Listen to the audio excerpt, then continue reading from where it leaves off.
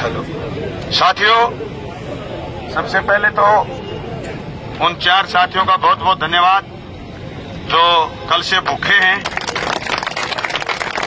और आप सब जो लोग इनके साथ हैं, और माता जी जो आपके साथ आई, एक बहुत बड़ा संबल था इस बात का कि हमारे बच्चे लावारिस नहीं हैं। बड़ी बात ये हमने बहुत बार देखा है।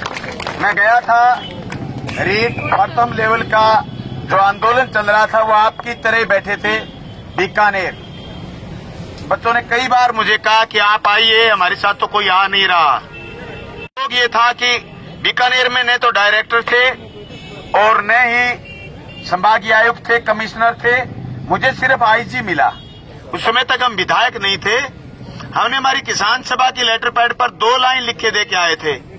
ये बच्चे लावारिस नहीं है, हमारे बच्चे हैं, किसान मजदूर के बच्चे हैं, छोटे व्यापारी, छोटे कर्मचारी के बच्चे हैं, आपको इनको सुनना पड़ेगा। ये हम लिख के दे के आए थे। शाम के 5 बजे उनकी डायलॉग शुरू हो गई थी। साथियों, हम तो आपसे वादा करके गए थे, कल भी हमने चर्चा किया था।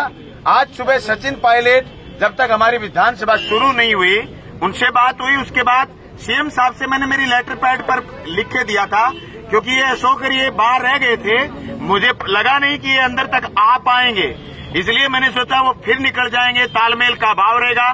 मैंने विधानसभा पूरी होने से पहले मेरी लेटर पैड पर लिख के दिया था कि आप उनके एग्जाम को इन बिंदुओं के चलते जो ज्ञापन आपने मुझे दिया हुआ था, उनको लेकर के आप 3-4 महीने के लिए इसको आगे करिए। ये मैंने लिख के दिया। उसके बाद जब जैसे ही मैं बाहर निकला तो सीएम साहब वहीं थे। मैंने इन साथियों को बुला करके इनको दोबारा सीएम साहब से मिलवाया। उन्होंने कहा कि हम इस पर बात करेंगे। लेकिन जब मैं उनके प्रमुख शासन सचिव से मिला तो उन्होंने कहा इसको रोली मैडम देखती। तो फिर हम सेक्रेटरीट गए, रोली मैडम वहां नहीं थी, उनको ज्ञापन दे के आए हैं। वो सीएमओ में मुख्यमंत्री जी के वहां गई हुई है, और उन्होंने बहुत बढ़िया पॉजिटिव बात की है। जब मैंने फोन पर बात की तो वापस उनका रिप्लाई आया कि ज्ञापन आप यहां रख लीजिए, लेकिन हम इस मुद्दे पर संवेदनशील हैं। मुझे लगता है कि वो कल तक आपसे बात करने, आपके मुद्दे पर जवाब पॉजिटिव आ जाएगा। नहीं तो भाई 2 दिन की विधानसभा बंद रहेगी, बलवानपुरी आपके याद जम के रहेगा। पहले तो मेरा कार्यक्रम ये था कि मैं वापस भादरा जाऊंगा 2 दिन धन्यवाद करने इलाके में, क्योंकि वापस विधानसभा पर 21, 22, 23 है। या तो कल में आपका हो जाता है, नहीं फिर 2 दिन हम भी आपके यहाँ रहेंगे। हम रहेंगे तो फिर कुछ न कुछ और ज्यादा करेंगे। हम लोगों को इकट्ठा करेंगे, और जो लोग जिनके हाथ में कलम है उधर चल पड़ेंगे। चिंता मत करो, इस आंदोलन को जीतना है। और मुझे आशा ही नहीं, पूरा विश्वास है आप आंदोलन भी जीतोगे। और आप जितने लोग लड़ रहे हो ना, मैं तो ये सोच रहा हूं मैं मुख्यमंत्री होऊंगा, आप मेरी फौज होगे तो रात चलाओगे।